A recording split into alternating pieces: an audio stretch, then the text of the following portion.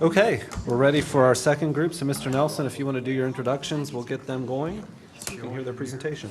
Okay, our fourth and final group for tonight is Crabtree and Rohrbaugh architects.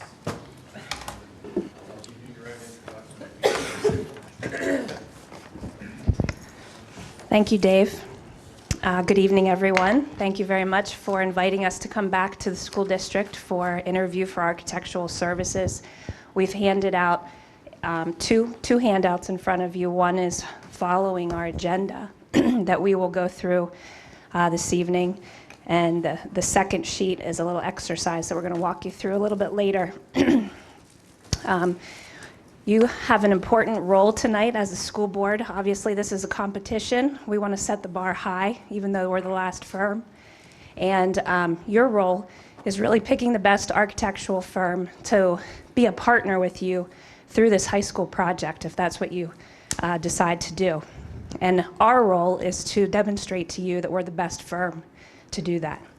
My name is Lea Shiley. I'm the Director of Business Development, and my role during this project will be involved in community engagement programs and grant writing. Hi, I'm Doug Rohrbaugh. I'm a founding partner of Crabtree Rohrbaugh, and my role in this project will be to make sure that my team has the assets they need to provide you with outstanding service. Hello, I'm John Badia. I will be the principal in charge. I'm a principal of Crabtree Rohrbaugh Associates, an architect. My role will be from the inception of the project all the way through design and through construction completion, complete oversight of all the consultants and the design team. Hello, I'm Tracy Rohrbaugh. I'm the Director of Interior Design and a principal of the firm, and my role for your project would be responsible for the interior educational spaces. Thanks. My name is Rob Pillar. I'm a Director of Educational Architecture at Crabtree Rohrbaugh, and my role is an architect and also as an educational planner. I'm an accredited learning environment planner, and my role will be to help you vision what it means to have a 21st century learning experience in Dover Area School District. Hello, my name is Scott Cousin. I'm a Senior Project Manager with Crabtree Rohrbaugh. I'll be responsible for many of the day-to-day operations. I'll be your main point of contact throughout the duration of the project. Hi, and I'm Ken Kaufman, President of Moore Engineering, mechanical engineer. My involvement would be overseeing the MEP system design, also be directly involved in the mechanical portion. Good evening. My name is Brent Debtor. I'm a landscape architect and senior project manager with ELA Group. My portion of the project would be overseeing the civil engineering and land development of the process. I just wanted to say that I'm a 1999 graduate of Dover, and my interest in engineering and architecture started at the Dover Area Intermediate School when I was in 6th grade there. That's when 6th grade, 7th grade, and 8th grade were both at that school. So thank you. Does that get us a discount on this project? In addition to everyone that is here with our team this evening, we have many individuals back at our office that would be assigned to this team, as well as a number of consulting engineers that we have selected for this project. Our team together, we've probably done $250 million worth of projects together over the last 25 years. So we've worked very well together, a number of successful projects. And in addition to that, we have a very responsive team. I know one of the criteria for this project was that you hire an architectural firm that is local. Our office is 20 minutes away from here. All of the staff that is here is we're located in the Mechanicsburg area. Our consultants are local. And what that also means is that we have a lot of in-house services that we bring to you as a part of our team. We don't have to partner with other individuals. There will be a long response time. If you need us to be here in 20 minutes, we can be here. We have not only the architectural services, but there's certain aspects of our in-house services that are very important to a project, like the interior design that we'll talk about tonight, as well as the educational planner that we have on staff. Security, and in addition to community engagement, grant writing, and walking you through the PDE PlanCon process. Kind of let's start at the beginning. What sets us apart from other architects? The thing that sets us apart is when we started Crabtree Rohrbaugh in 1984, it was starting around a simple principle of providing a client-oriented approach to architecture.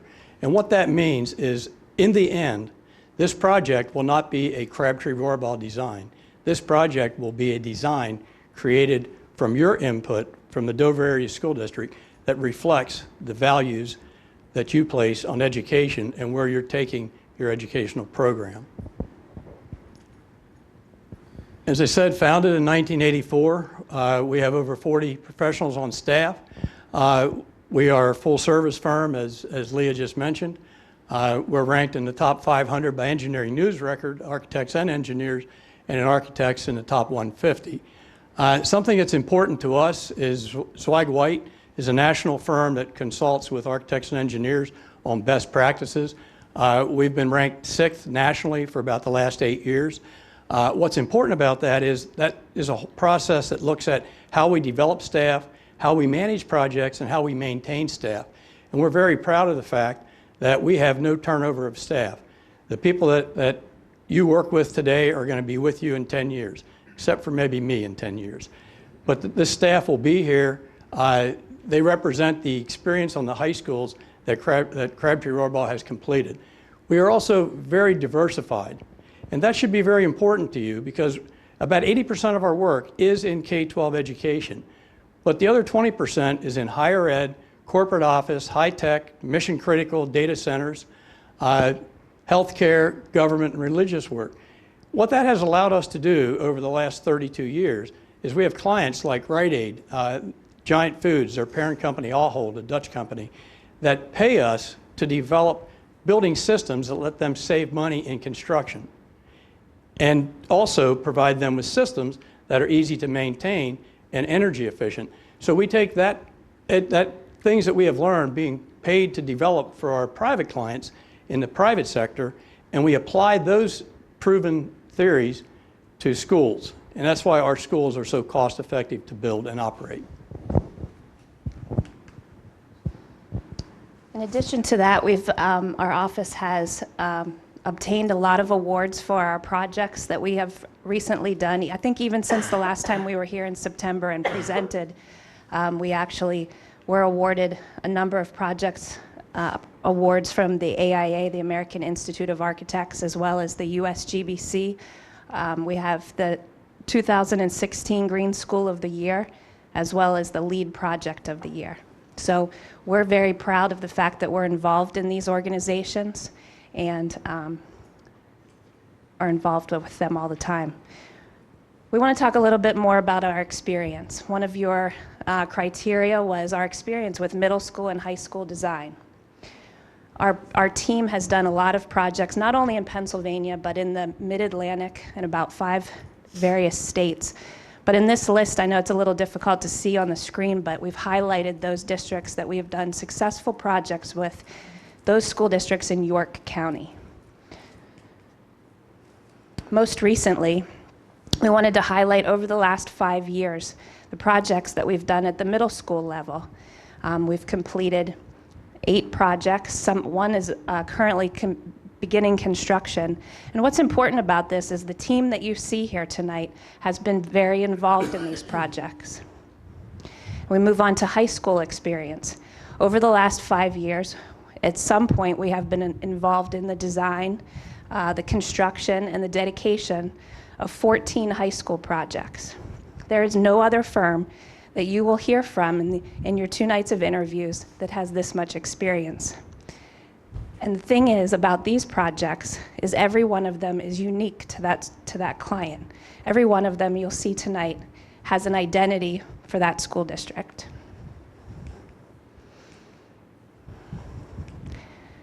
To break that down even further, over the last 15 years, our team here has completed over $7 million square feet of educational space just at the high school level.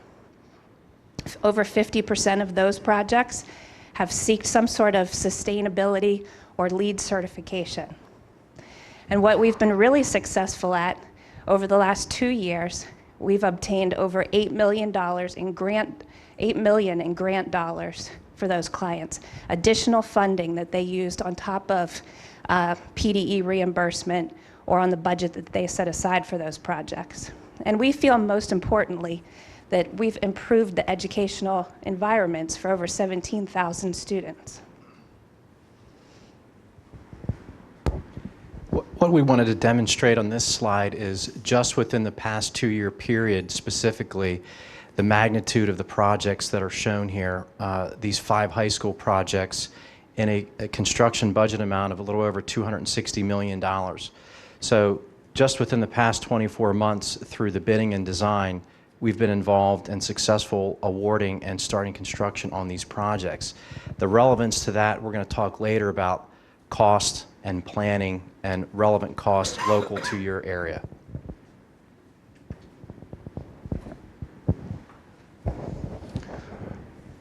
Thank you. Okay, so I get to have a little bit of fun with my job. And my job is to help you understand the opportunity that you have in front of you. As we're thinking about a potential infrastructure project, because we need to upgrade what you have, your infrastructure, we get to start to think about how can we do that in a way that is going to support your educational vision off into the future. So there has been a lot of things that have happened in teaching and learning over the last several years. The influx of technology has brought along great potential to be able to help as a teaching and learning tool for our students in the 21st century. But what does that mean in terms of the environment in the spaces in which our kids are learning? So that's what I get to do, is to help you vision a little bit about that and develop a plan for our team to make sure that that gets implemented. And not only that gets implemented, but that it would be flexible and adaptable and enough that in the future, as things would change, things can come that it's easy for you to do. So we know that there's several big picture questions that need to be answered about what is a 21st century learning experience for Dover School District. And those questions have to do with really what are the skills that our students need to succeed in the future and in the 21st century?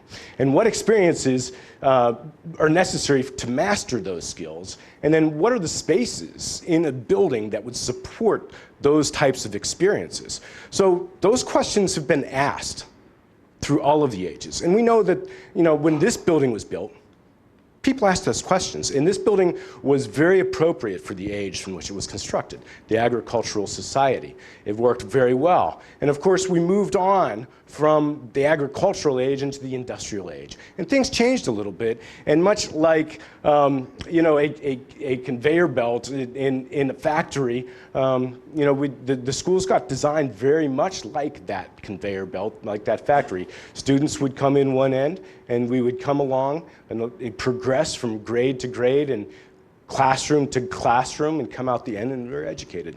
Now, at that time, things were very much different than they are now.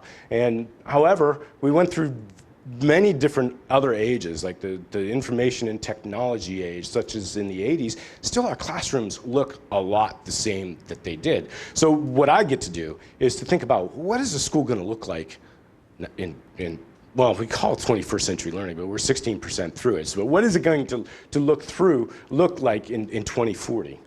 So, now many people are saying that we are in the age we're in now is the innovation age. I've heard a lot of different names for it, but that seems to be the most prevalent one now. And where in the previous ages, the teachers had the information. They were conveying the information.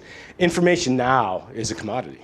It's in my pocket. I got a smartphone, and I can get all of the information that the teachers were going to be teaching me back in school. But we all know that some of that information is not trustworthy. It's not. We have to use our critical thinking skills to get through it and find out what is the real, what is good information and what is bad information. So the role of the teacher has changed in the 21st century to become, to help with those 21st century skills, the critical thinking, the creativity, the collaboration that we need to be able to have as corporations to be able to succeed. So that requires different types of spaces. Now, it's not huge spaces. If you look at the previous slide, we've got this type of a corridor. Now, we have the same type of a corridor. We have some different connectivities. We want to be able to expand beyond the four walls of the classroom, maybe into a different type of a space. And sometimes we want to be able to have connectivity, be able to walk from one space to another, and so that kids can be collaborating in one area, but still being monitored by a teacher over here. So it's not big changes we're talking about, but it's things that make the space much more adaptable and much more usable for 21st century education. So what might some of these things look like as we are planning the overall building organization? Of course, we have the things like the academics and the arts. These are things that a lot of times are offered as community resources. You have those in one area. Sometimes we have the academic wings in another area, and it becomes an organizational chart, much like this. And we translate that primary organizational chart into an actual building floor plan. Now, then we have in these academic spaces, there's lots of different ways that those can be organized. And that's what we need to do with you, is determine what is the best way to organize that. Now, educators have come up with all kinds of different models now for teaching and learning. We have, of course, the traditional has been the departmentalized. But we have academies now, you might hear that, blended learning, and then the alphabet soup like CTE, PBL, STEM, STEAM. And the different ways that the spaces can be arranged will support all of those different types of spaces. So as we are as we are having our visioning sessions and our planning and program, that's what we're going to primarily talk about, is what are the types of spaces that you need to have to teach your kids in the 21st century. And this is an example of one that we've just recently completed. This is for State College School District. It's under construction right now. And of course, we were really focusing on the creativity, critical thinking, collaboration, communication skills that would be happening in these spaces. And how are some of the space, how can the environment support those activities within the space? And here there are 5 different learning academies within their school. And they're very similar in nature, but they're also very adaptable. They can be changed so that as things change in the future, they can adapt along the way. Now, as we were developing these spaces, of course, just like we have collaboration with collaborative skills for our students, we as a firm have to collaborate with all of the disciplines that we have in-house and with our consultants. So as we're talking about your teaching and learning, we're actually, even Ken, as he's talking about mechanical spaces, we're going to be thinking about how is that mechanical system going to be able to aid in the learning environment. Not only as you're able to see in the environment, how cool and how warm the space is, but maybe how are some of those systems able to be seen so that it can be used as a learning tool, and the kids can start to learn about their environment. But also with the interior design group, in the way that the furnishings, the materials, and all of the spaces are linked together. That collaborative process is extremely important. Our approach to interior design is a very holistic process, as Rob was saying. And we focus on the people, the pedagogy, the places, and the possibilities for your school. We want to create spaces that are engaging and that the design is integrated into the spaces, from the interiors, from the finishes, all the way through to the furniture. So as part of our process, furniture is not an afterthought that you design the building and then you get to the end and you start placing and picking the furniture. That is something that we start right in that schematic design, selecting the furniture that integrates into that building. So we talk about people. The interior design solutions begin with the people, the students, the teachers, and we focus on their needs and what they need for an evolving space. We want to create spaces that engage and promote creativity for your students and your instructors. We want to create meaningful educational environments, ones that 20 years from now have the flexibility and that they are flexible over time and that they are engaging different learning styles, different teaching styles.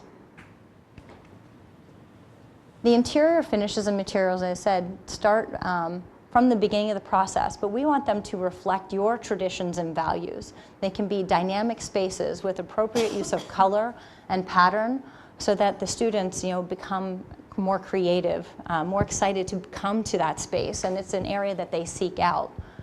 And we also select materials that are durable and cost effective and help control the life cycle costs. We understand that's a big consideration for a space. That doesn't mean that your spaces can't be very dynamic with terrazzo and easily renewable materials. We also want to talk about the possibilities. Teaching and learning can happen anywhere. We want to create options for the students and teachers. And you're seeing just a few of different options of spaces that you can move the furniture around and create flexible collaboration, and that technology is infused into every space and is not an afterthought. And designing the classroom of the future, we're not just talking about it, we're doing it. We are leaders in the field. We have speaking engagements for A4LE, which Rob is very active in, and with PSBA. If you've been to PSBA, it's the second year in a row that we've been part of their classroom of the future.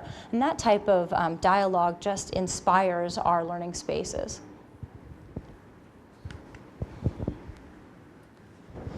Okay, so how do we get there, and what are some of the tools that we use to be able to help describe the spaces that you're going to need?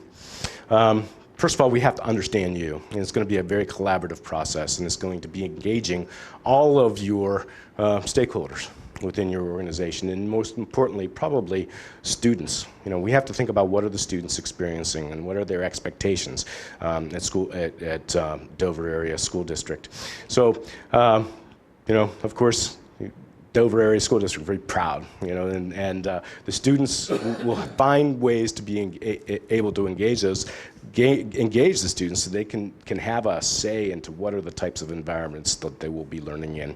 And first, one of the primary ways that we do that is charrettes, where we gather the stakeholders and give them some ideas, some of the parameters that we've been working with, working with you, defining a framework, and giving the stakeholders that framework, and giving them an opportunity to think about what are the possibilities and what are the potentials in the design process. So with community members as well as students, this can be a very engaging process. And here's John and some of our other team members that are part of your team engaging in a design charrette for State College Area School District.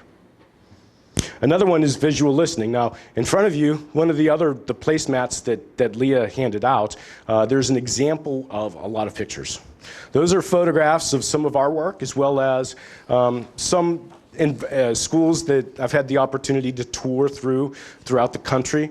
Some examples of some of the best educational environments in the country. And there's some different types of spaces there. And this is a tool that I use in an exercise sometimes with students, with board members, with the community members, with the administrations, and we'll do it at different times. And it's an idea of, is everybody on the same page? And what we do is we hang up those pictures on the wall, and we have everybody kind of scan over them. We'll give you the red dots and the green dots. I think you have some there right now. And we ask you to look at those photographs and then put a red dot on things that are, now this isn't speaking to us about what 21st century education is in Dover. And a green dot on, yeah, that's it. That's what we want you guys to listen about and instill in our project. But not necessarily just the image. It might be anything in the image. Put the green dot on the exact thing in that image that is speaking about 21st century education in Dover Area School District. It's a way to communicate. They say a picture is worth 1,000 words. It gives us a lot of information, and it also helps us to understand, are all stakeholders on the same page? And we'll report that out to you, and it's a useful tool for you to use as we analyze going forward with the project. Another tool is, Lea had mentioned that I'm very involved with the Association for Learning Environments. My role there right now, one of the roles, is that I have the honor to chair the McConnell Award jury this year. Now, the McConnell Award is an award given to an architectural and a design firm and a school district that has built a school that had, first of all, an excellent planning process, but has also built effective learning environments. It's not an architectural award, although it's architectural teams that win the award, but the award is about are you having an effective teaching and learning environment for our kids in the 21st century? And as a part of that, I've had the opportunity to really see some of the best schools, the best of the best. Especially this year, the bar has been raised high. And I'll be able to share that information with you. And there's videos of some of them. So it's an armchair tour of what's happening around the country, because I think we need to expand out and look at what really is happening out there and grab some things that really might make sense and expose you to them. And then you make the choice. Is this where we want to be going? And it's another way to inform us. Is where we should go with the process. And then, there we go. You're just going to keep rolling. Yeah, I was just going to keep going. I forgot about that. So again, to demonstrate our experience, what we wanted to share in terms of this perspective are some of the neighboring districts and projects where we've successfully completed a number of high school projects.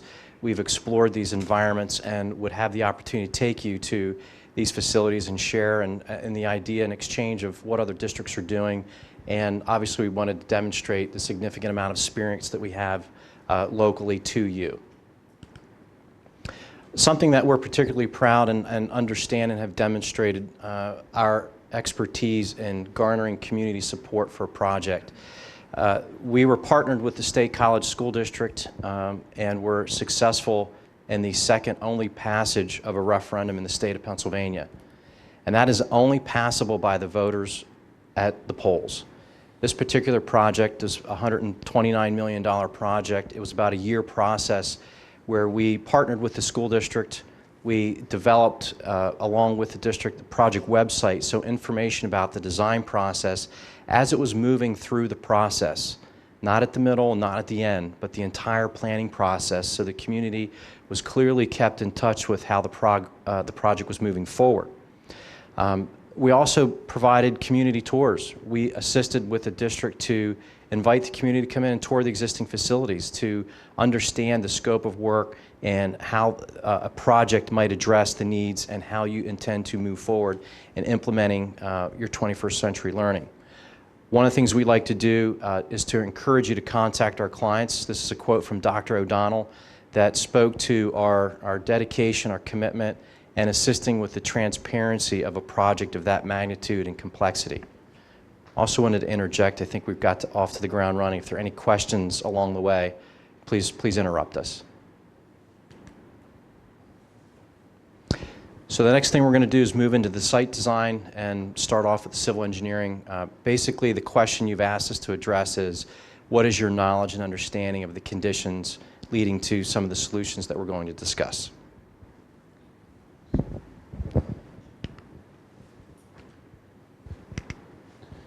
So when we start to look at a project site, the first thing we like to look at are what are the opportunities and constraints of the site. So what I'd like to do is just very quickly overview the existing Dover area intermediate school site. The site is approximately 30 acres located in the center of the screen. And just for orientation purposes, north is approximately down and to the right. So I'll be talking north, south, east, west. So south of the site is the Dover Area High School, West Canal Road, which is also State Road 4002. We have Intermediate Avenue to the east, and that's also the boundary between Dover Township and Dover Borough. The site is actually in the R1 zoning district, which a public school is a use that's allowed by right. North of the site is an open parcel that's zoned R4, which at some point will most likely be developed or is in the process of being developed for residential housing. And to the west of the site is North Salem Elementary School. So some of the constraints and opportunities on the site. One of the first things that we'll want to take a look at is the safe pedestrian connection between the developed site, which is now currently the intermediate school, and the athletic facilities on the south side of West Canal Street. As I said, that is a state road, so anything that we propose for pedestrian connection will require a Pennsylvania Department of Highway Transportation occupancy permit. So that is an area, an opportunity for improvement, but also one that we'll have to work very closely with PennDOT on any improvements that happen there.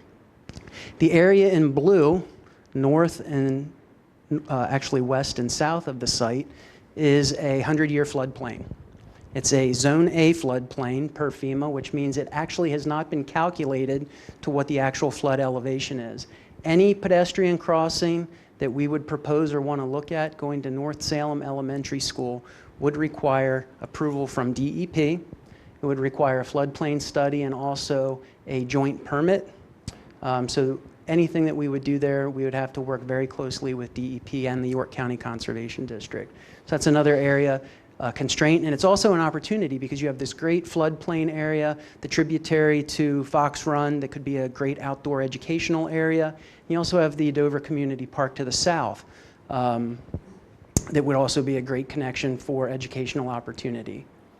And then to the north, as I said, we had the future residential development.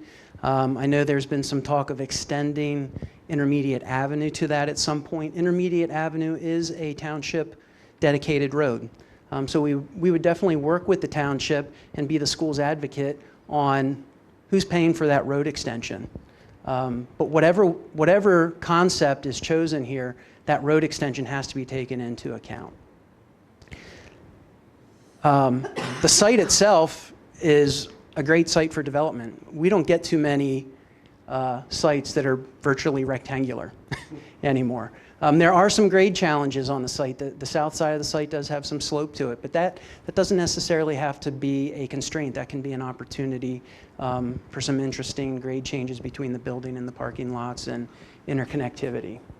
What I'd like to do now is just go to an aerial video that starts out facing to the north, and you can just see some of these opportunities on the site. So that is the existing intermediate school. As we pan around to the west, you can see in the background where the elementary school is, some of the existing fields.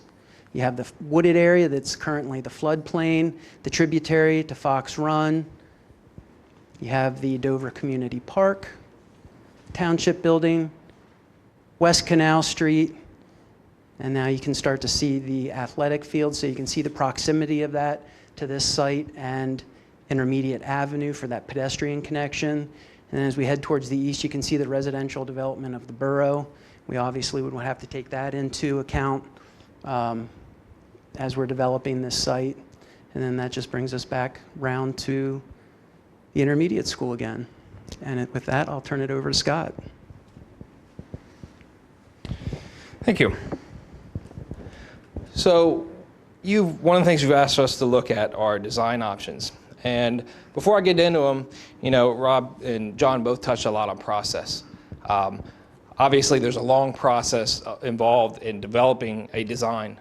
So when I go through these, focus more on concepts and ideas, and don't think about, well, why is that located next to here, and how many of those we have, because that'll lend itself, and all that'll fall out through the process. So first option, or before I get in the options, these are kind of developed. We did put a lot of thought into these, a lot of thought based on program, what we understand, the building tours, all of our history with you.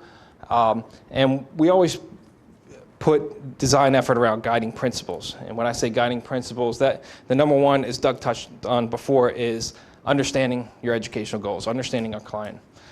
So we know from Mr. Cherry, some of his previous presentations, these are some of your educational goals that we want to look to implement into the designs.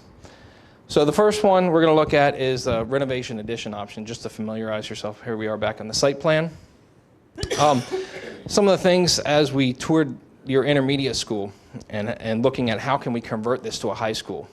Some things that stood out where you have some very difficult spaces in trying to make them what they should be for the high school. For instance, needing a 1,400 seat auditorium, while your intermediate school does not have near that capacity. So those are some of the difficult spaces to simply expand.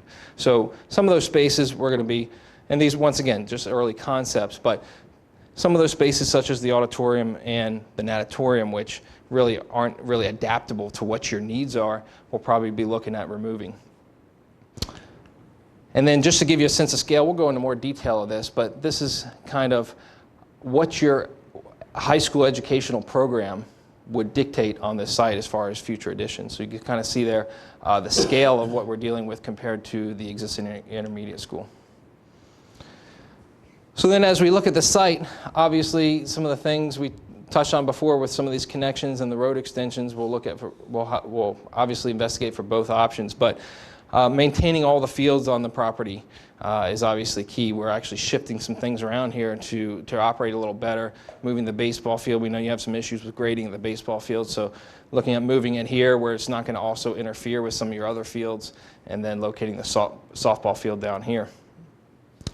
Keeping a lot of your parking lot as we have it, as you currently have it, and then creating, the addition here is going into where your current bus loop and drop-off is. So creating a new bus loop and having visitor and staff parking out front.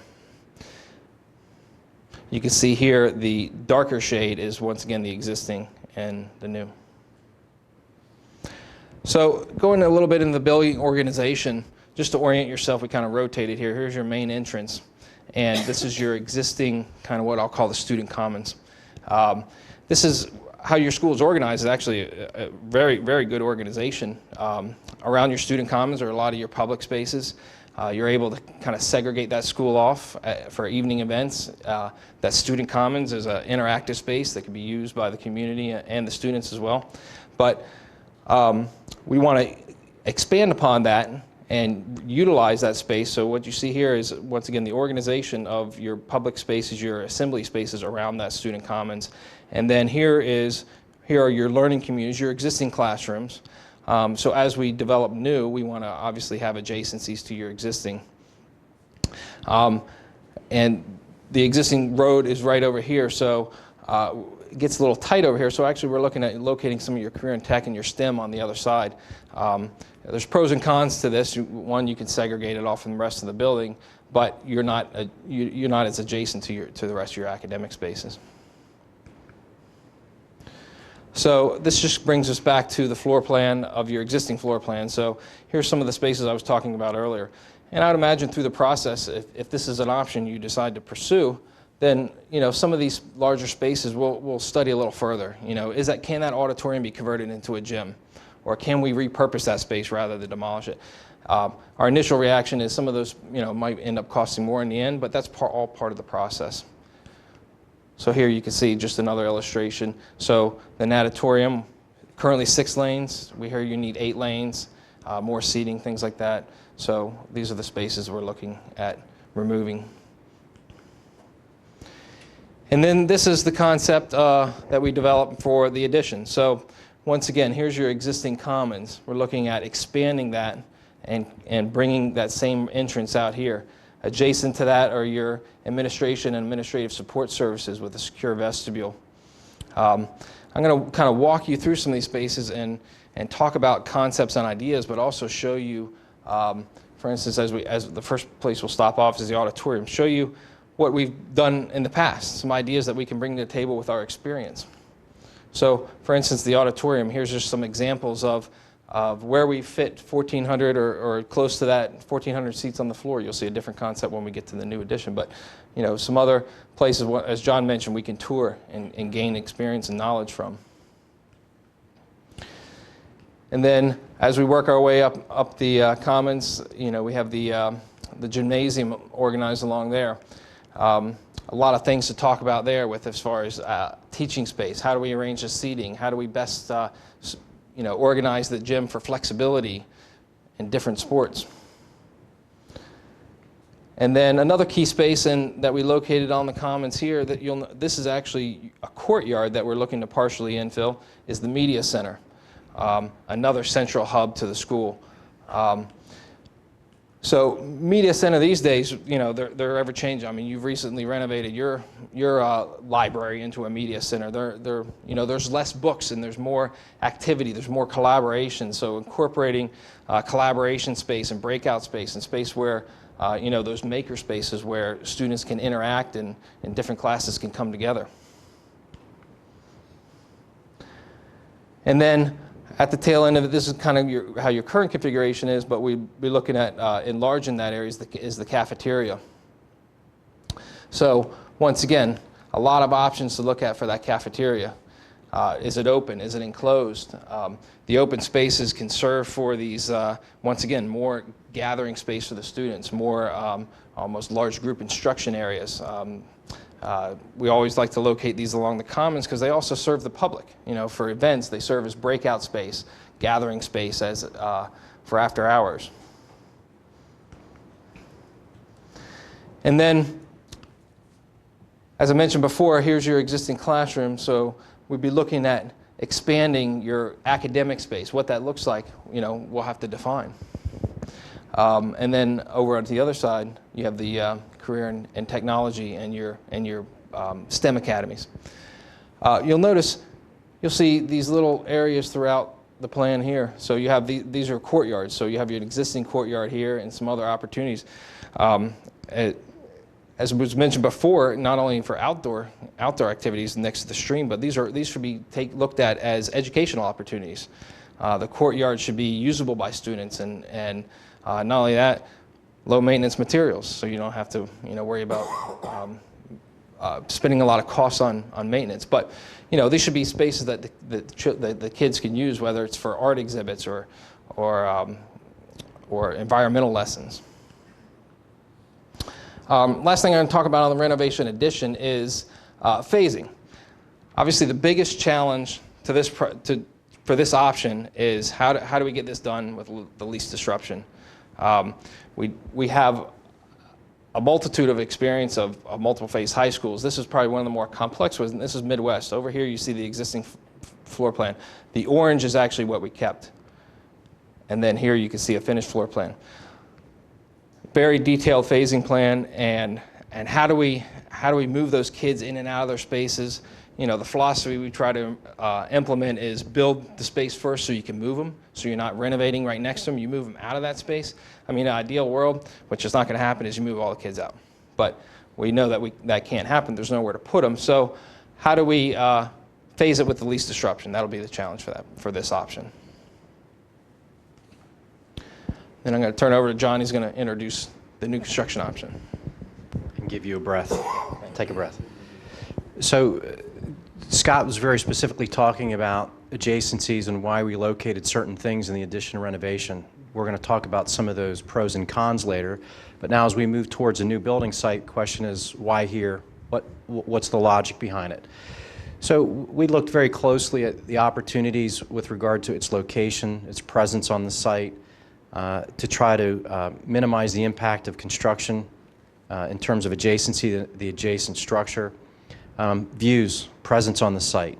How can parking be located so that it can be shared for not only these athletic fields, but for pedestrian access across to North Salem? So this is our footprint, and it looks very different than the PlanCon Part A submission that we prepared back in May.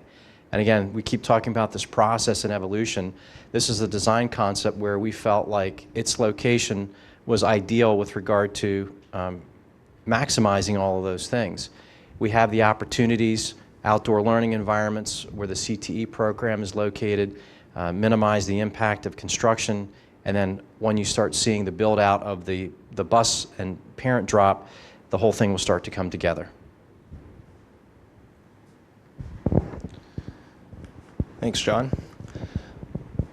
So as John was mentioning, we think the best location is behind here. Brent mentioned earlier some grade challenges here, but this allows us to really phase this project in without any disruption to the fields. In addition to the school, you'll see a project later where we've done this. So one of the first things that we would look at doing is actually relocating your fields over here before we began construction of that school.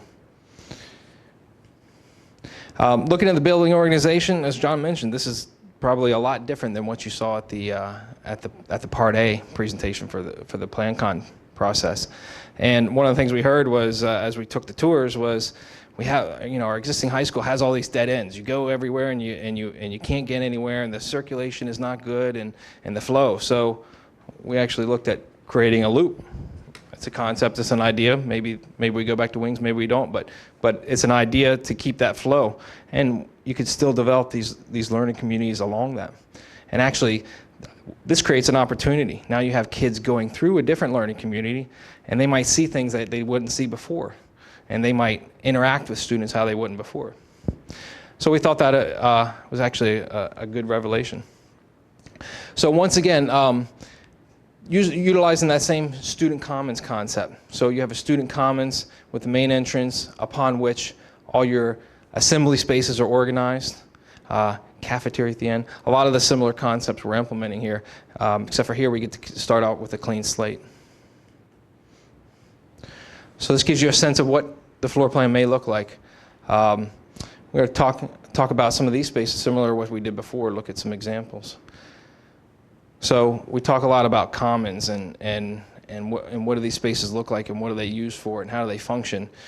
Not only do they function to handle the flow of students and the amount of people that come for your events, but they can be used for art displays, music events. We have some instances where they might have a little jazz band perform during intermission or something like that, or throughout the day. So they can be really these interactive, lively spaces that kind of create your character, create the character of the school, the central portion. So, as I mentioned before, these assembly spaces are organized around the commons. Whether the natatorium, this is the natatorium, whether that's up front or not, we know that's a community space. You'll see here we have a lot of experience designing natatoriums. Actually, all three of these natatoriums you see on here were done with the exact same team that we bring a lot of experience. Decisions to be made. Do you have all the seating on the ground? Do you have it up high? A lot of things to think about and work through in the process. On this concept, we actually looked at how can we better utilize this auditorium. We have 1,400 students here.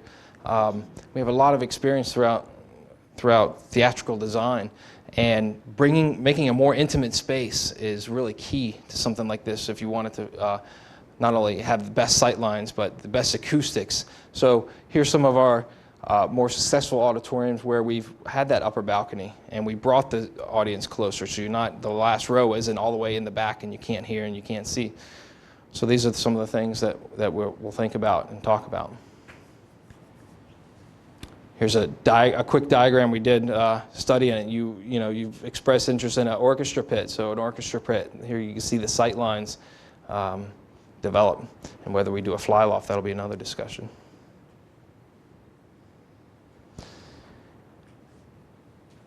And then actually before we leave there, so I'm not going to go through it again, but gymnasium, there's opportunities here. You have an auxiliary. One of the opportunities you might have in a new construction versus renovation. In the renovation, we were looking at your old gymnasium in the intermediate school certainly isn't large enough to handle what you need for your high school. So we were actually converting that to an auxiliary gym. Here, what we would actually propose is, why don't we combine that auxiliary gym with the gymnasium into one space, have an operable partition.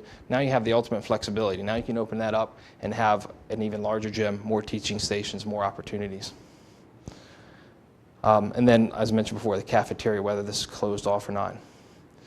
As we work our way down into the academic spaces, as one of the opportunities in a new construction, and there might be ways to do it in an addition renovation, is to bring the career and tech back to the academic realm and have the correct adjacencies, still with the ability to close it off. Thinking back to our tours, that was one of the impressions it made on me, is as we're walking through your career and tech, and the things that they were doing were pretty impressive and pretty robust, and the things that they were doing for the community were, as we walked through the ag department and then over to the materials department, and I saw a lot of the same things happening, and a kind of light bulb went off. What they need is a construction arena, a central space where all of your CTC programs are organized around it, and it's like this collaboration space where they might be working on different projects, but they're seeing what everyone else is doing, or maybe there's one central project that everybody works on and contributes to. And you probably, for those of you who are familiar, this is your School of Technology. We actually did that there. You'll see here, this is that construction arena, open space where everybody comes together and learns from each other. They learn the different trades. So that's an idea that we thought we could bring to the table. Then lastly, probably the most important and probably the biggest question is the academic spaces. What do they look like? I said at the beginning, don't focus on the lines on this page. Don't focus on the division and how it looks, but instead focus on what it can be. You want these small learning communities. You want these collaboration aspects. You want these flexibility. Flexibility is another huge key. Here you'll see a classroom that has an operable partition that you can open it up and teach all as one, or separate it and have two separate classrooms. I don't think anybody in this room knows what, in 2040, what it's going to look like. So how can we design a building that adapts to that in 40 years, so that as the trends change and as your teaching tools change and as your curriculum changes, the building shouldn't have to be renovated and changed. It should be able to easily adapt to that. And so here's just some examples of some floor plans. So back to that conventional double-loaded corridor. Here you may see some small group instruction, maybe some start of some breakout space. In between here, now we start to get these smaller learning environments, collaboration areas, ways that people can gather and use the space flexibly. Not saying we go this far, but maybe we got to establish it where we are in this spectrum. So here it is all the way at the other end of the spectrum. Open walls, movable partitions, an open floor plan. So I think through that process, we got to establish what makes this Dover area school district space. So phasing on, I mentioned before, phasing on the new construction option is a little more straightforward. This is actually Middletown Area High School that was just completed in the spring, right down the road. If you guys ever want to look at it, let us know. We'd love to take you on a tour of it. But here's the existing high school, and here you can see the construction. This was the start of the new construction of the new high school, located directly behind the existing high school. Here you can see the final, this kind of flown around, but that old high school was in the footprint here. And what we did was build a new high school. The last summer, we took down the existing high school and built the parking lots and the athletic fields. Last thing I want to talk about before I hand it off is identity. I showed you a lot of examples of all this, a lot of schools we did, and it was touched on before. We're not cookie cutter architects. If you look at any of these high schools, not a single one looks the same. We have a passion for providing the right solution for your community. If we don't succeed in providing a Dover area school district building, then we have failed. And so that's why I really want to hammer home is that you will get that experience with us as far as making it your building, not our building. So turn it over to Ken, talk a little bit about sustainability. Okay, I'll just take a minute here to talk a little bit about sustainable design and kind of how our approach is to it. And when we look at that, I like to kind of look at sustainable design as like just good indoor environment quality, getting natural daylight in, efficient systems. From a mechanical standpoint, I like to not be noticed. I like to have systems that operate. You don't really even notice they're operating. You're just comfortable. That's ideal for everybody, and that's kind of what we try to accomplish. And when we're looking at life cycle cost analysis, which you see as a top line on there, we have a tool that we use. It's called building energy modeling, where we actually will design the building on a computer, and you'll input all the qualities of the building, the insulation, the orientation, the type of windows, and everything goes in, the lighting, the whole thing, the operational occupancies, the time schedules, and we can actually run the building through a simulation program and determine what your projected energy costs will be. And as we do that as a baseline, you can start to look at some of the options that you might have through sustainable design, whether it's looking at more insulation in the roof, whether it's changing the orientation, whether it's looking at more efficient equipment. You can input that into your model, run the model, and determine what kind of energy savings you may see by that. So you're getting real data that you can use as you're looking at your cost life cycle analysis. It's a really effective tool. We bring it on early in the design. We don't want to do that late. You want to make those decisions early. But that you'll find is a tool that you can use as you're making cost decisions and trying to not only get a building that's going to last for a long time, but it's going to be efficient as you run it for the rest of its life. part of the collaboration as Ken steps away was part of the design team would be sitting down with Dave and the staff from the facility side, analyzing the utilities there, the size of the building, the orientation, making recommendations on systems, getting feedback. Again, it's an evolution of a process that we move through, and that helps and is a good segue into the costs. You've asked us to provide an opinion of cost for the options that we're sharing, and again, the first thing that we wanted to start with is our proven track record.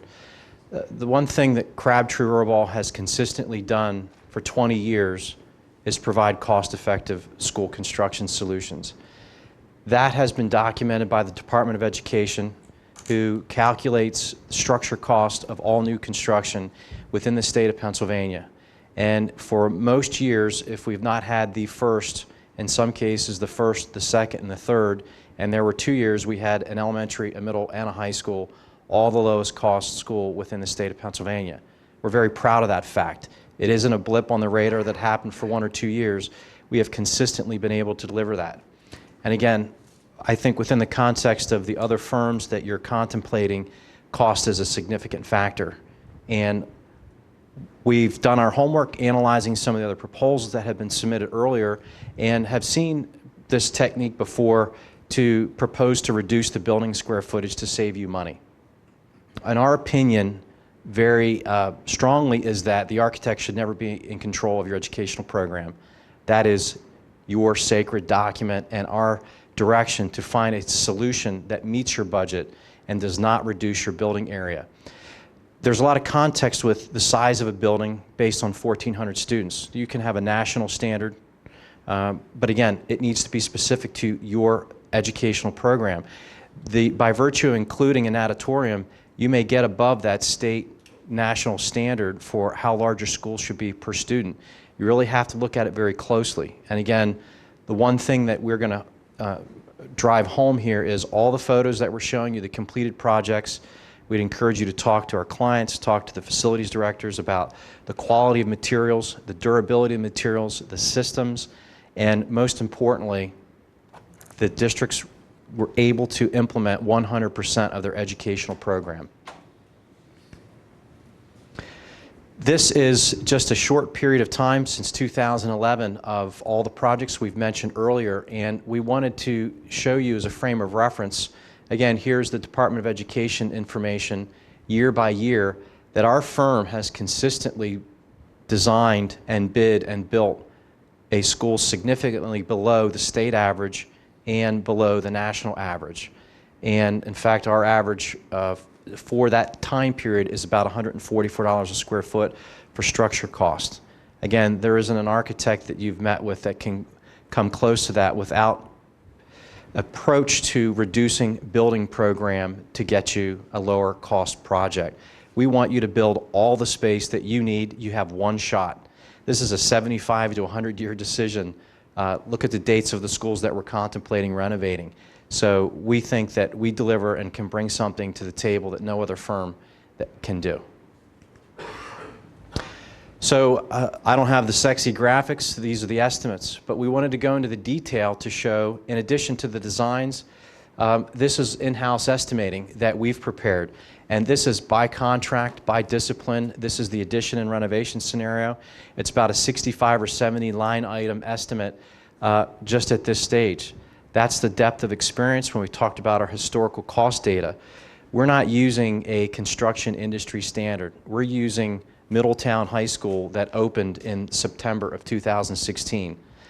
We're using Lewisburg High School that opened in the last month. We're using actual relevant current high school data. And what does that mean for you? That gives the board the tools to make the decisions about your budget, what you want to include in the project, and how you control the cost of the project. We're very experienced with the majority of our work is renovation and addition. So this estimate represents, and all the estimates that we give you, and any of the estimates that you've seen, you need to make sure it's an apples to apples comparison of a total project cost. So not only does it include the structure and the site work, but all the soft costs, contingencies. Have things like phasing been included? An addition or renovation project has some inherent construction issues during construction with phasing that has an impact on the construction cost. So again, we've provided this level of detail to demonstrate our understanding of the project. This is the new option. Again, similar format. We're going to go into detail, or actually a summarized version of the two. This format and this building type has the advantage of, again, I said our recent local new high school experience for bidding and construction cost. You'll find that our building solutions are cost-effective load-bearing masonry. We understand that building type. There isn't magic to it. We understand the load-bearing masonry structure and how to build it efficiently so the money can be put elsewhere, that the money can be put in technology and not into steel structures that have redundant structural systems. There's an economy of scale that you are able to realize when you build an all-new facility. $1 per square foot cost in this scenario is going to come down as opposed to the addition or renovation where you're building and you're tying into the building at multiple locations. There's foundation issues, there are utility issues. That $1 per square foot for the new typically is a little bit higher. Again, this is the in-house estimating experience that we bring to the table to provide the board with a direction at each phase of the project as we move through to keep you abreast of the cost and the scope. Again, our objective for every client is to ensure that you build every square foot of educational space at the budget that's established by the board. So here's our cost comparison. What we wanted to do is summarize the detail and compare the two side by side. Again, on the left, you have the addition and renovation scenario.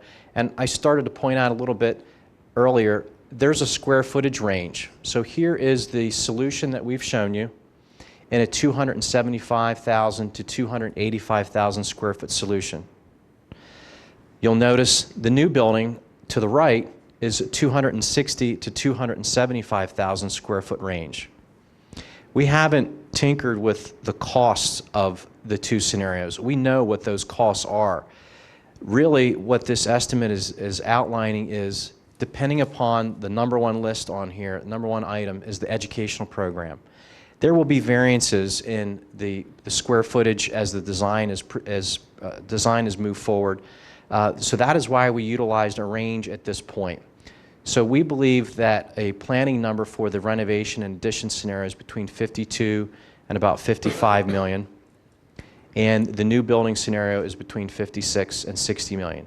And again, these are total project costs, all inclusive of the structure, all the construction aspects, financing, allowances for furniture, construction contingencies, permitting, approvals, testing.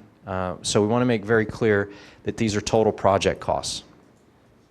We have other methods that we can discuss further about bid alternates, but ultimately those are things that the board may elect to incorporate to protect the cost of the project and give you some flexibility on bid day should you elect to add additional items to the project if the project comes in under budget. So we focused on an addition and renovation conversion of the intermediate. We've shown you a new building scenario, and obviously with our insight to the study, building, if you choose to build a new high school or add or renovate and convert the intermediate, this is an inherent project at some point that you would need to consider.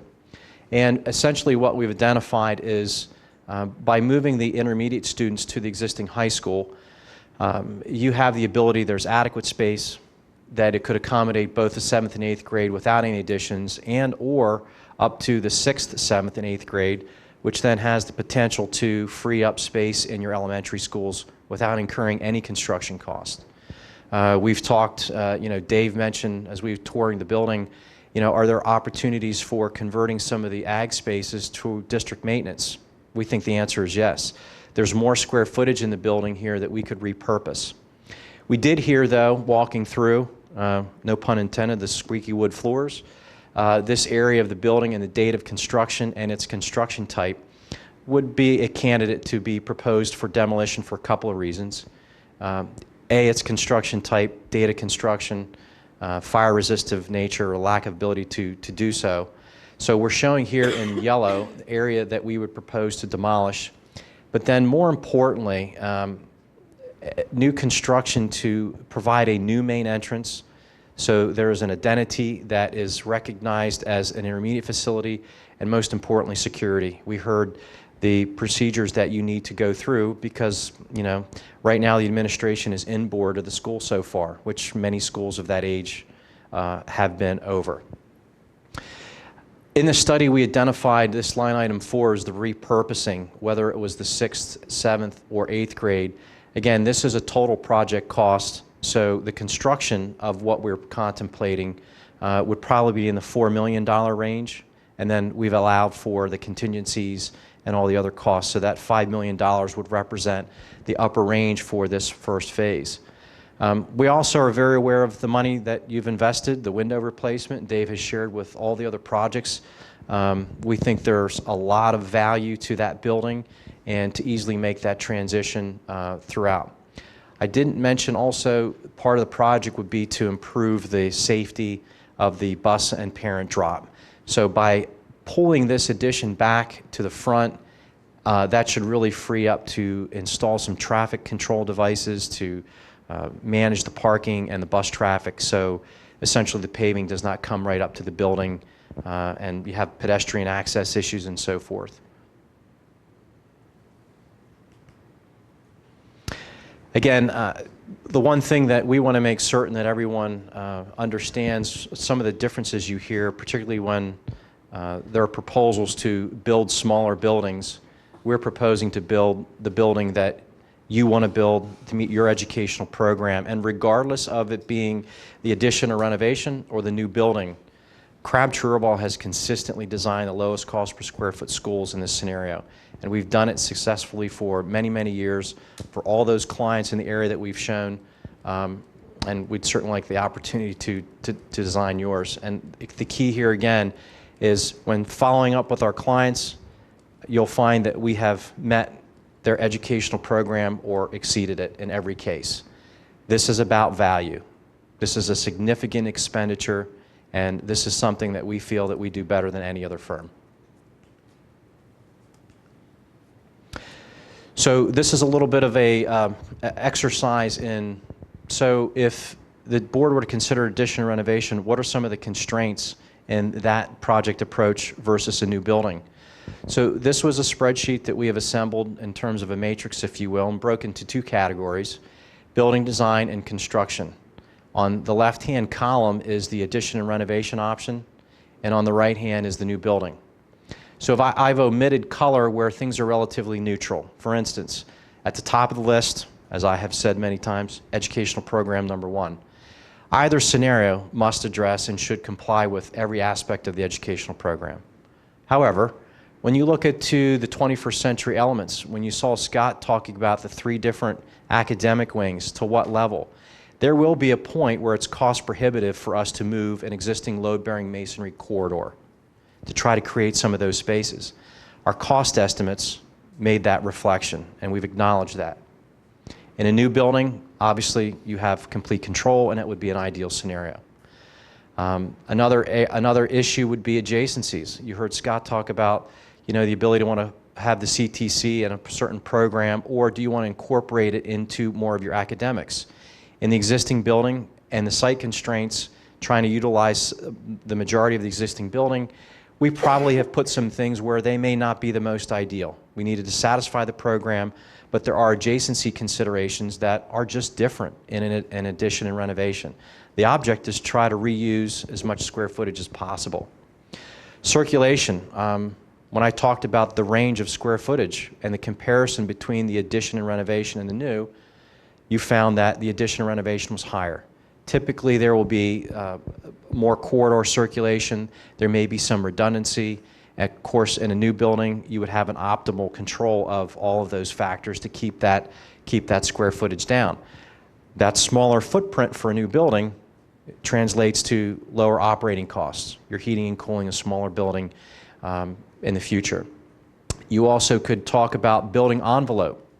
One of the things in an existing building addition or renovation scenario, it's cost prohibitive to remove the masonry veneer from a building to try to insulate it. It's just simply not done. In a new building, obviously, you would have complete control of optimal conditions of all the R values that are required by the energy code. What's the impact? A scenario would have slightly higher operating costs in the existing building. Still have complete control and replacement of all the mechanical systems, but again, in an existing building, those are some of the constraints that you have to acknowledge. Then you move into the construction area phasing, and we'll show on a schedule a little bit later.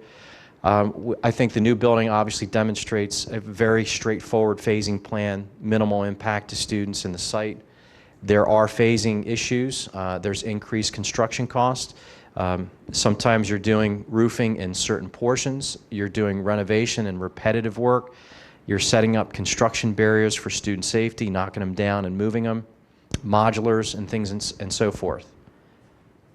Talked about the operational cost, and reimbursement and grants are essentially unchanged. So when you have that discussion, I guess the so what is, so where do you go with that information? And this is a real simple graphic that we wanted to illustrate. We feel like this is our responsibility to make sure that the board has all the information to weight or evaluate those kinds of things. What is the phasing disruption in an addition and renovation worth to you as a board? What does that mean? So we'll talk about assigning some type of point system and valuation that in these scenarios as we've presenting, our recommendation is that a new building achieves more of those goals. Now, what you'll find here is these are goals established by you, and we as the design team have to bring those issues to you for discussion and evaluate that. And here's an example of that very tool.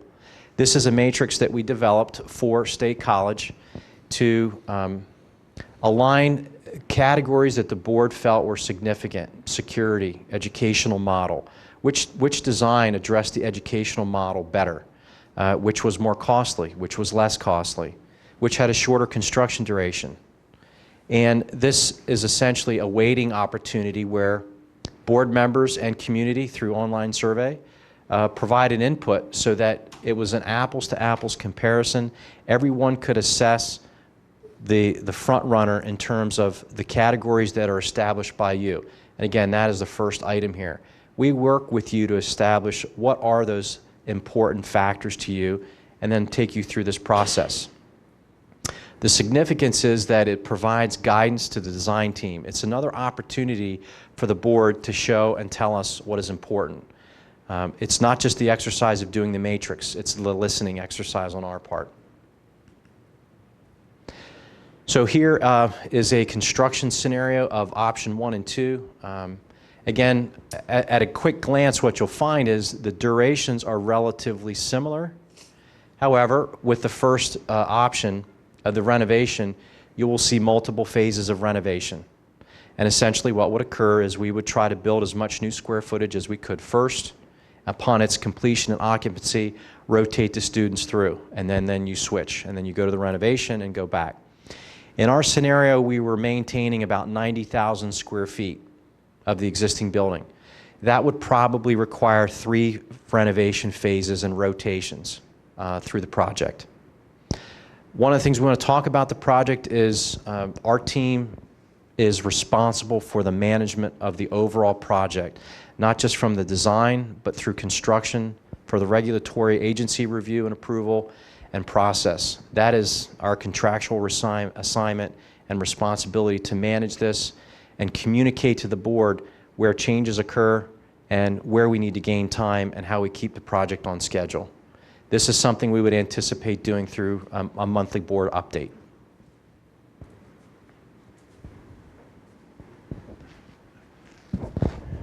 Well, this is pretty simple. The most important thing on this page, because John's talked a lot about cost-effective design, is that we will guarantee the budget. Once you have approved the project, you've selected an option, and a budget has been developed that you've approved, it's our responsibility to meet the budget. And if we don't meet the budget on bid day, then we will redesign at our cost. We will pay our consultants. We will pay your legal advertising of the bids, printing costs, and all costs associated with rebidding. I will tell you that this happened twice in York County to schools. Once was at Spring Grove with our elementary school. On bid day, the bids came in about $1.2 million over budget on a $12 million project. We met with the contractors, we analyzed the bids, and it was determined that all of the cost was in site. The site costs were almost $1.5 million over our budget. We met with the site contractor that was low to the general contractor, asked why. He explained to us that he had built in that area, and even though the boring showed no rock, he didn't believe it, and that's how he bid the project. We worked with the civil engineers and the contractor. We raised the parking lots by 18 inches, rebid the project, and came in about $600,000 under budget. So the swing was about $1.8 million. Never changed the scope of the project. That's not designing it to the budget. The other one was at the York County Votech School. And we had a situation there that on bid day, we were about $500,000 over budget. Again, met with the contractors, and it was determined that the stormwater management location that actually the township had asked us to locate stormwater management was in an area of the site that the site contractors, again, felt were going to be very difficult to install. We worked with the site contractor, the civil engineer, and the township. We adjusted the location of the stormwater management and just rebid the site portion of the project, and the project came in under budget. I think your school district has that history.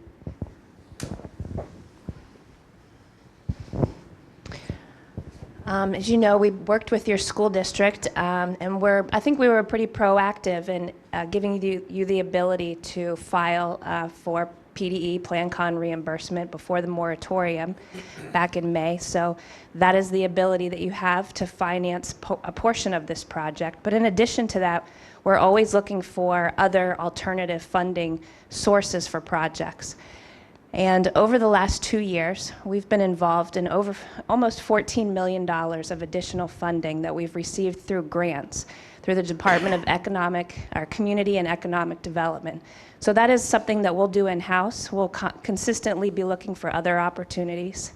There are other grants available through the department. Sometimes there's no interest loans. There's all sorts of things. So that's a service that we provide.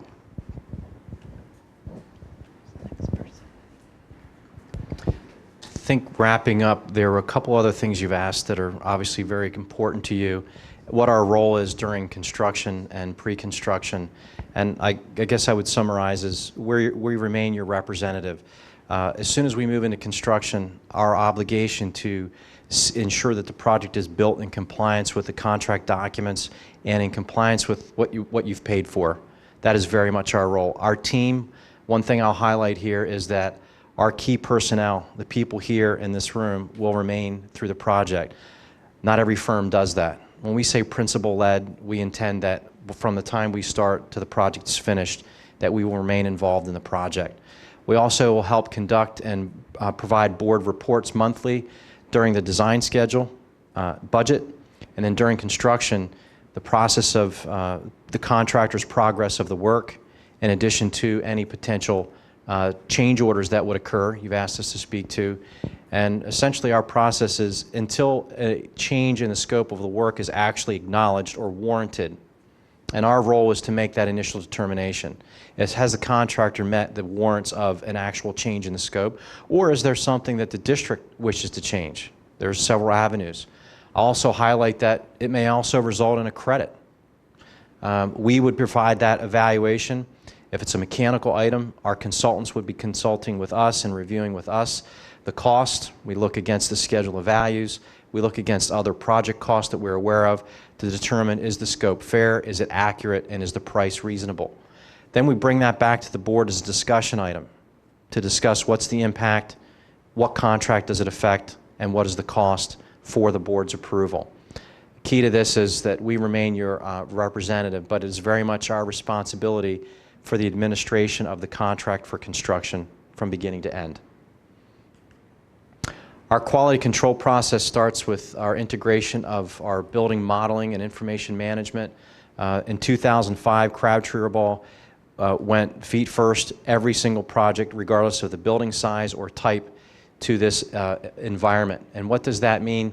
That means that we are not learning Revit at this point. We have mastered this. We have been utilizing it for over a 10-year period.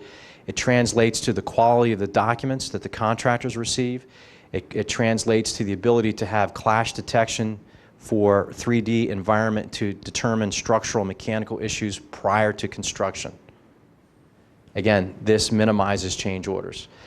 This is another tool, a video of our Oculus Rift that we have the ability to use as a design tool to illustrate how you can physically, well, in your head, I suspect, move through the building and the environment with furnishings, color selection, and essentially move through the entire building. This is also a useful tool for the community.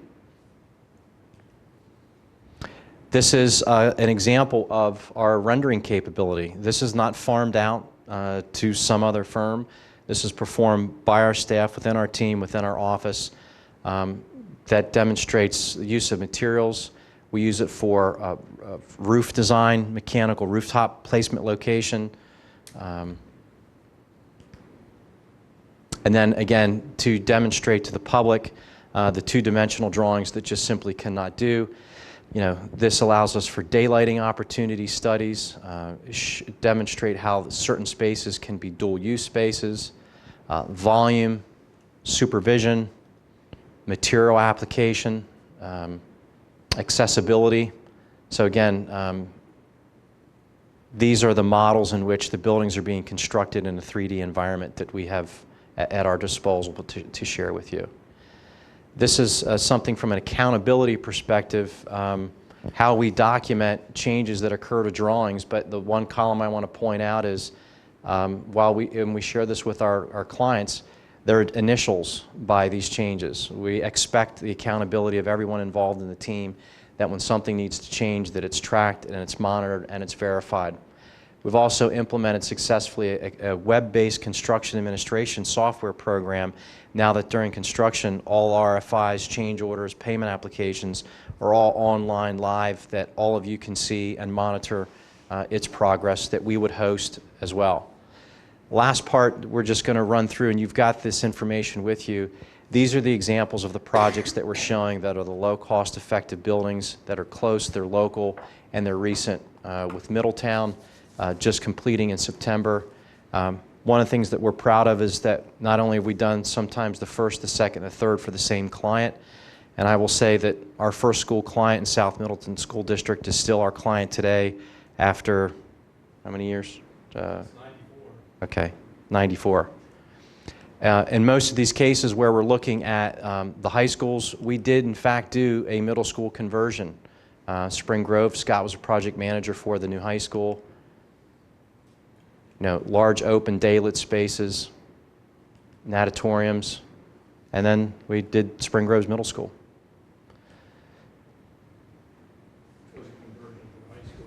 Which was their conversion of their high school.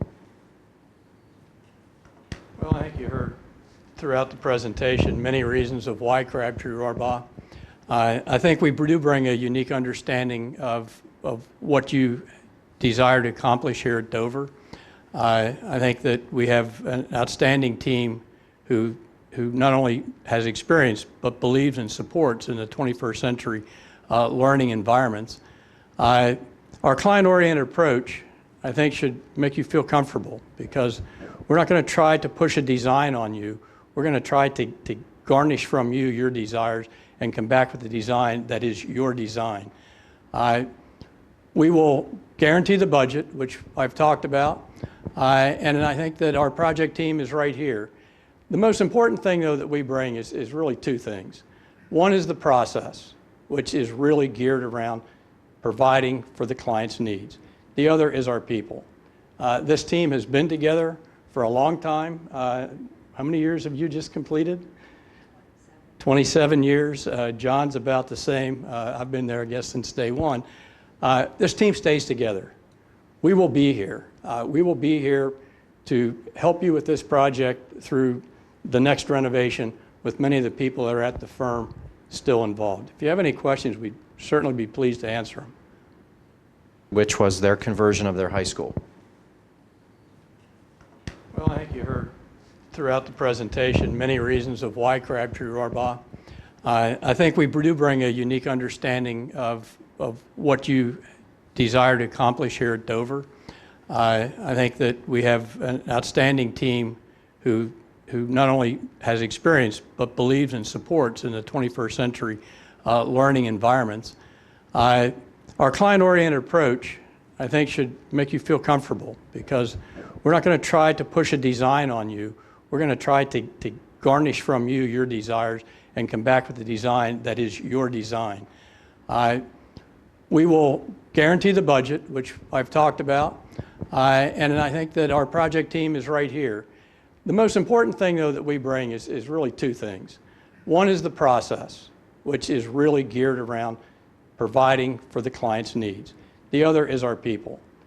This team has been together for a long time. How many years have you just completed? 27 years. John's about the same. I've been there, I guess, since day one. This team stays together. We will be here. We will be here to help you with this project through the next renovation with many of the people that are at the firm still involved. If you have any questions, we'd certainly be pleased to answer them.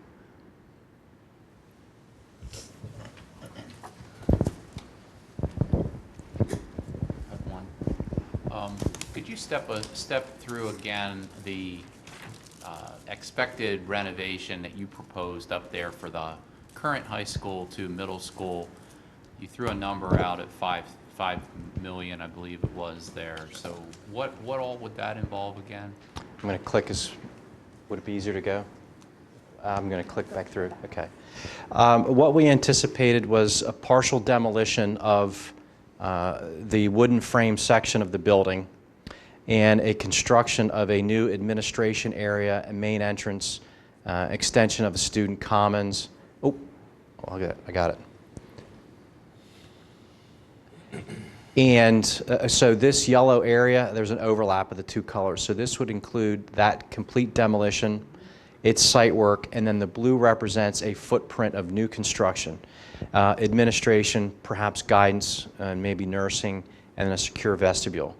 So the costs are inclusive of the demolition, the new construction, and then also the site work associated with that. And then this $5 million represents also project contingencies, allowances for furniture, and so forth. The actual construction cost is probably closer to $3.5 million. Now, we've not designed that. We know what you're looking for. We understand the security issue. That cost could fluctuate and probably go down. This was the cost during the study, to be conservative and understanding what you wanted to try to accomplish, and also inclusive of the site work. What is the second column there, the $10 million then that's beside that? What does that represent?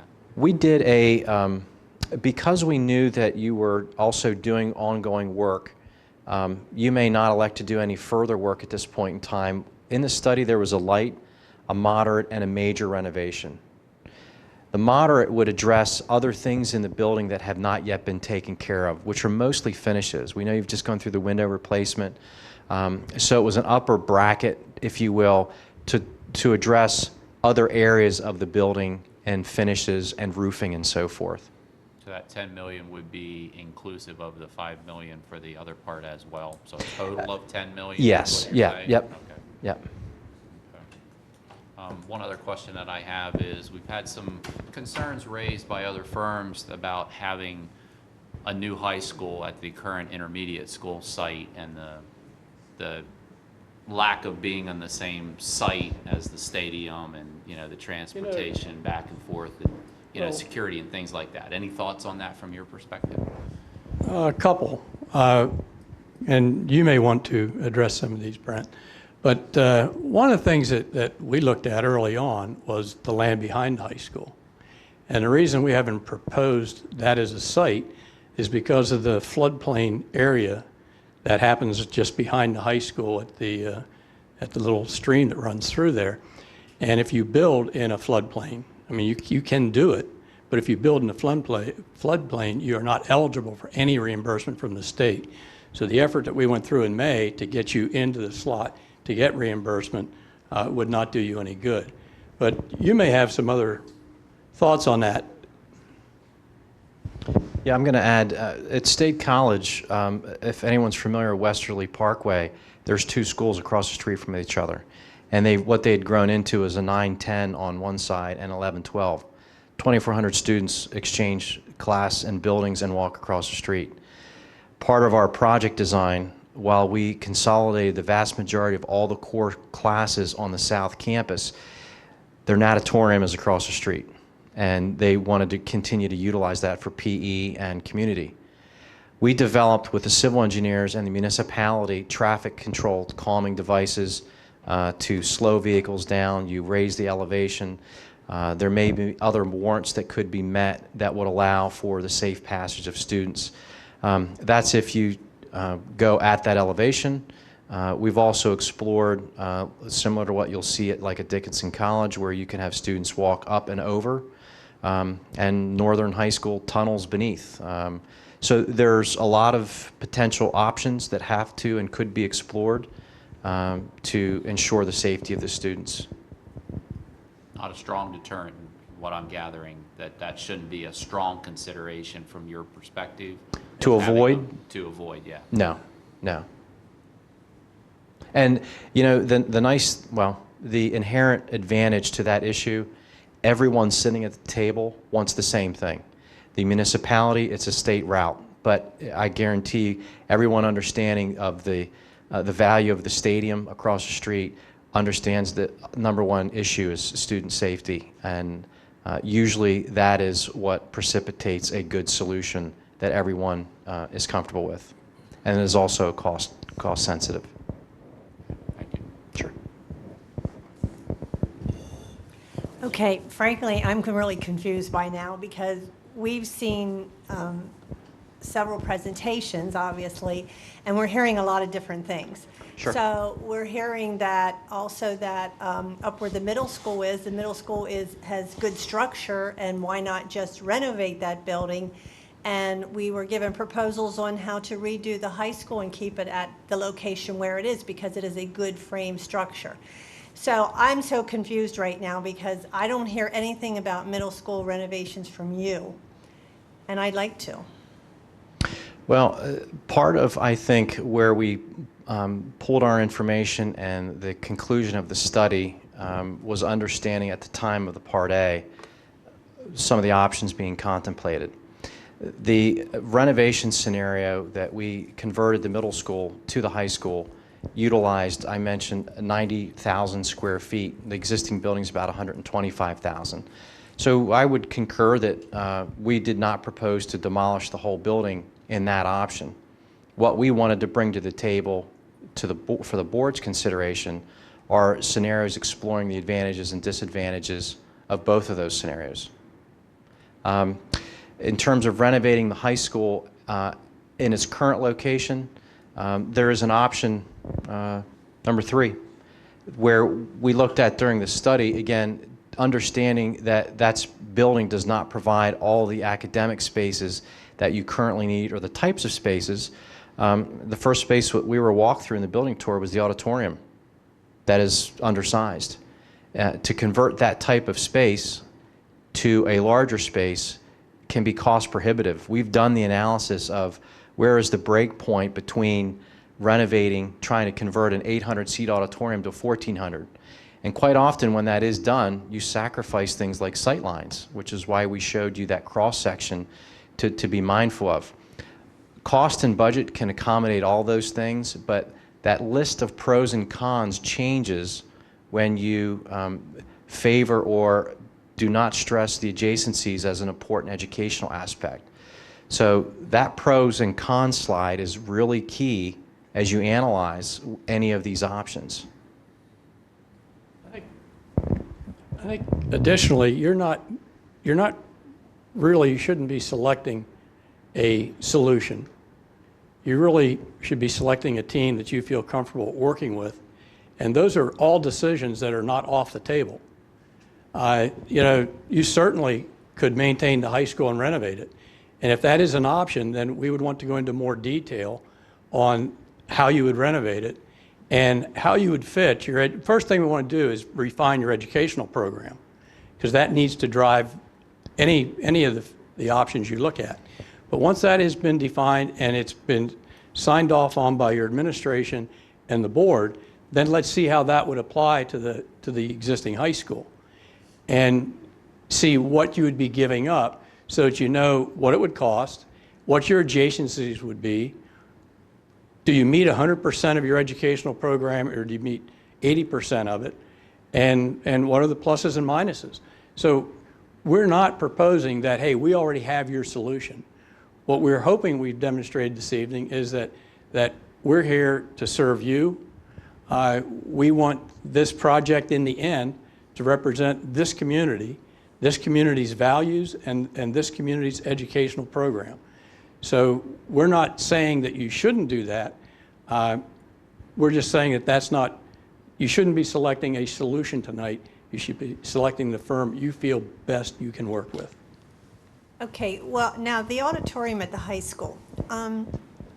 Okay, so evidently you've been asked to show a drawing that would have, or a price anyway, that would have 1,400 seats inside. Is that, do most high schools have a per seat per child type scenario? Or, you know, like I'm familiar with, you have half the kids in for an assembly, then the other half go in afterwards for an assembly. So what do you find?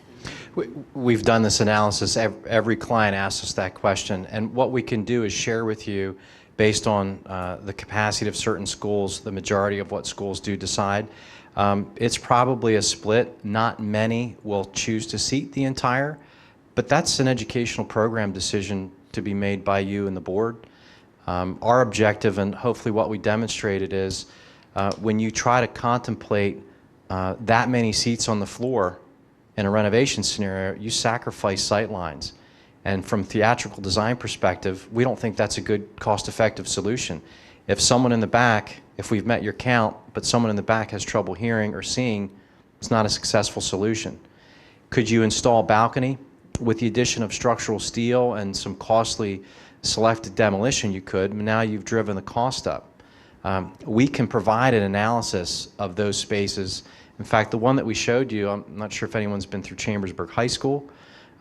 That high school was on a postage stamp plot, and they very much wanted to replace and build a new high school auditorium.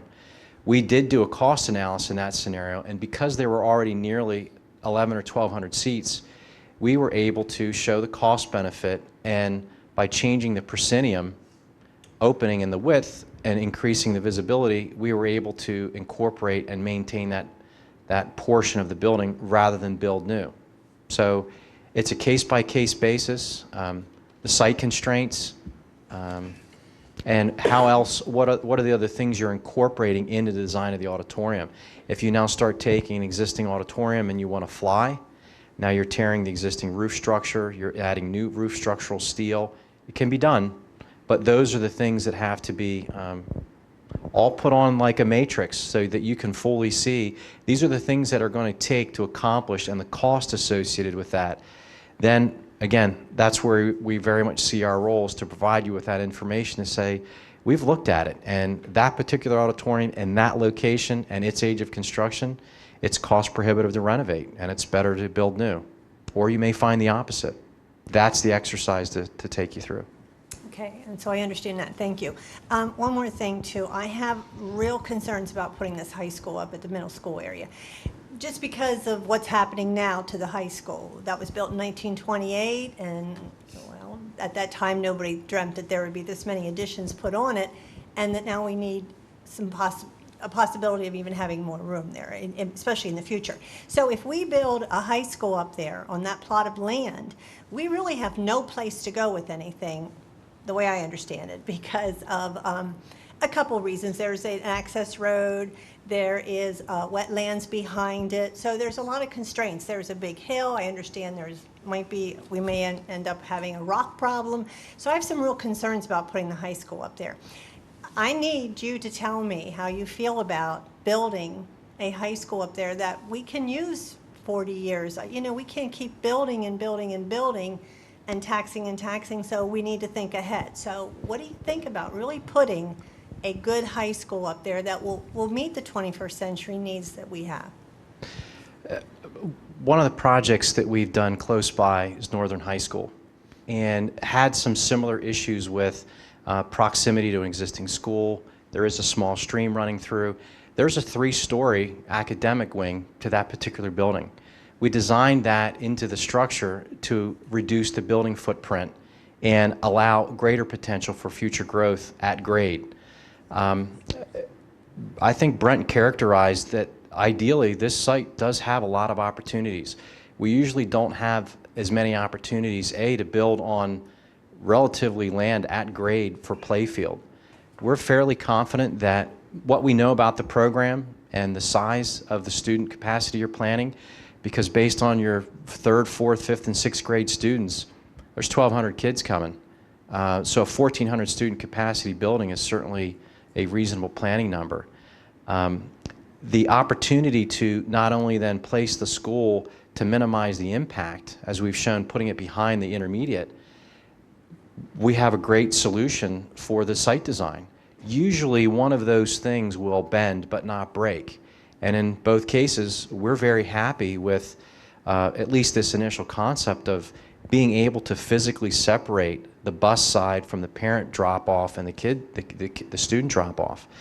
So we didn't feel like anything was sacrificed in that concept. One of the other planning strategies that we would discuss is, and we talked a little bit about this during the study phase, how much growth do you plan for? And what we have contemplated in some other schools that we've done, we may end up designing the core facilities, auditoriums, the media centers, the cafeteria, the kitchen, those costly spaces that when you see districts having to go back and renovate and add 1,000 square feet, you could take an incremental cost approach and say, let's look at a slightly higher core facility. So it's an incremental cost, and then only build the classroom space that you think you know now and you have reasonable planning numbers, or what I would say defendable, based on the data that we have, that the Department of Education has, that Pell uses. And then if that increase in students occur, now you're only adding classroom space. You're not going around the entire building and realizing, well, this is too small and we should have built that. We're confident with the footprint that we've shown, and this is a 2-story solution. There could be a scenario that we develop that shows a 3-story academic wing. It's commonly done in high schools, and it reduces your footprint significantly. So there's a couple of other techniques that we could employ and ideas that we could bring to the table to basically establish a comfort level of you're trying to plan for the next 50 years, and we understand that. Well, but then you had said about maybe not putting all the classrooms there to start, maybe adding those at another later date if we see we need them. But then what will happen with the size of like the cafeteria and the gym, because then we'll have more students at the school? Those are the core spaces that I was referring to. You might decide to design those slightly larger. Oh. So then the most economical space, I'm going to go back to that load-bearing masonry scenario, are the classrooms. Those are the lowest cost per square foot spaces to add onto the school. The cafeterias and the kitchens and the media centers and the administrative areas, those spaces are costly, and sometimes even adding an addition, you've now created an adjacency issue that you could have avoided. So we would focus on those core spaces. That's a small increase in construction square footage so that you could build the spaces that you need to accommodate the student enrollment that you think now. And then if it gets larger, you're only adding classroom space. Okay, so I guess I need to hear you say you're very confident, because first of all, you said you were fairly confident, and I picked that up right away. Very I need confident. to say I'm very well, confident. yeah, in fact, I'll go back to the Part A scenario. We were very confident with that solution, and we're equally confident. In fact, we've had more time now. We've walked through the buildings. We've had a little bit more dialogue. We're more confident and very confident of this solution working very well. Okay, and there was a lot of concern from some of the other companies that were here about having the stadium down here and the high school up here with that transition, and there was concern about cost if we did try to put in a bridge or anything like that. So I don't know. I'm not convinced that we want to keep the high school away from the stadium, but I don't know what else to do. You know, I was on the school board for 17 years at Mechanicsburg, and it's really not that far away. And our high school is 8 blocks from our soccer field, our baseball field, our football field, our lacrosse field, our field hockey field, and it's never been an issue. It's worked out fine. What do they do? You cross the highway. And we don't go under or over anything. We just cross the highways. It's something, the state Department of Highway, PennDOT, is going to not allow us to do something that's not safe. It's going to have to go through their approval. And once they've approved it, it's going to be a safe crossing. The other thing you have to look at is how will you use that stadium? Will that stadium be used in the future, especially the way gym classes are going? Gym classes are becoming very much an individualized program. A lot of the schools we're working with right now, you do a fitness program. It's almost a self-written program. So are you going to be using that stadium during the school day for gym class, or is it primarily used after school for after-school practices and those types of things? So that back and forth isn't an all-day type of thing. So and because you'll be on both sides of the road with the reduced speed limits and everything else involved, it should be very safe. We would, we're not going to do something that's not going to be safe for the children in the community. I would actually argue and point out that there is more green space available for the playfields at the alternate site than currently exists. So in terms of usability and access, the vast majority of these fields, and then again, the pedestrian access to, I think, Scott, 4 more fields? Just on the other side. That doesn't exist on the high school side. So in terms of frequency, this actually has greater viability for greater students to use more often than going to the stadium. So you could certainly make that point. I think I'm done.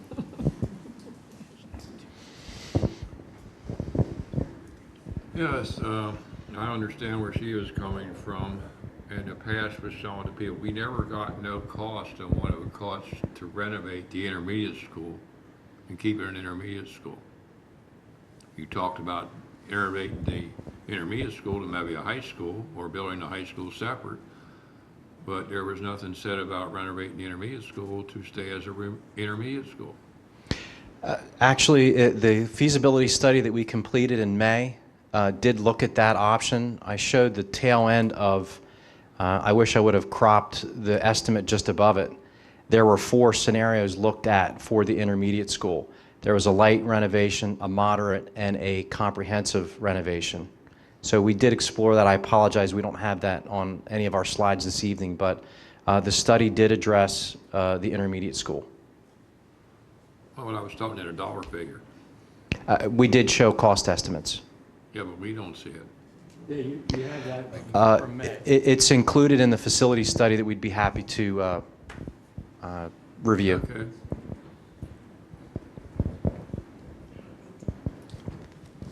Any other questions? Okay. Thank you, folks, very much. We appreciate your time tonight. Thank you. Appreciate the opportunity. As we close out tonight, we have our last public comment period. This is a 2-minute period for items, again, on or off the agenda. If you have anything you'd like to say, just come to the seats and state your name and address for the record. Do you think we're ready for 2 minutes? So my name's Kevin Miller, and I live on 2030 Park Street, Dover, PA. And you guys have the book from last night from the first presenter. Can you read the numbers for what they proposed?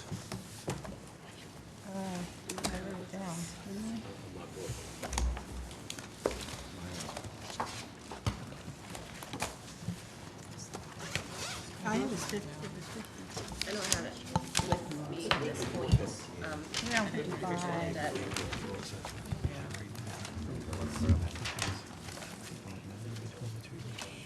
No, I kept, too much to carry. Yeah, I didn't write it down. It was around 55, wasn't it? I was thinking like 54 something, 54. And that's the high school on the high school side. Yes, Yes, was that was the new building? that was behind the school. Yeah, I don't remember the number, though. I wouldn't want to be quoted on that. I don't remember. But that didn't. Those presentations will be up on our website They will hopefully be? tomorrow, all 4 of them. We just didn't want to put them up right now because of fairness to all the firms. Okay. So we'll put those up tomorrow, and then if you have questions, let us know. Anybody else? Okay, hearing none, I'll entertain a motion to adjourn. So moved. Is there a second? Second. All in favor, yes? Yes. Opposed? Motion carries. We're adjourned. Thank you, everybody. Better though. You're like.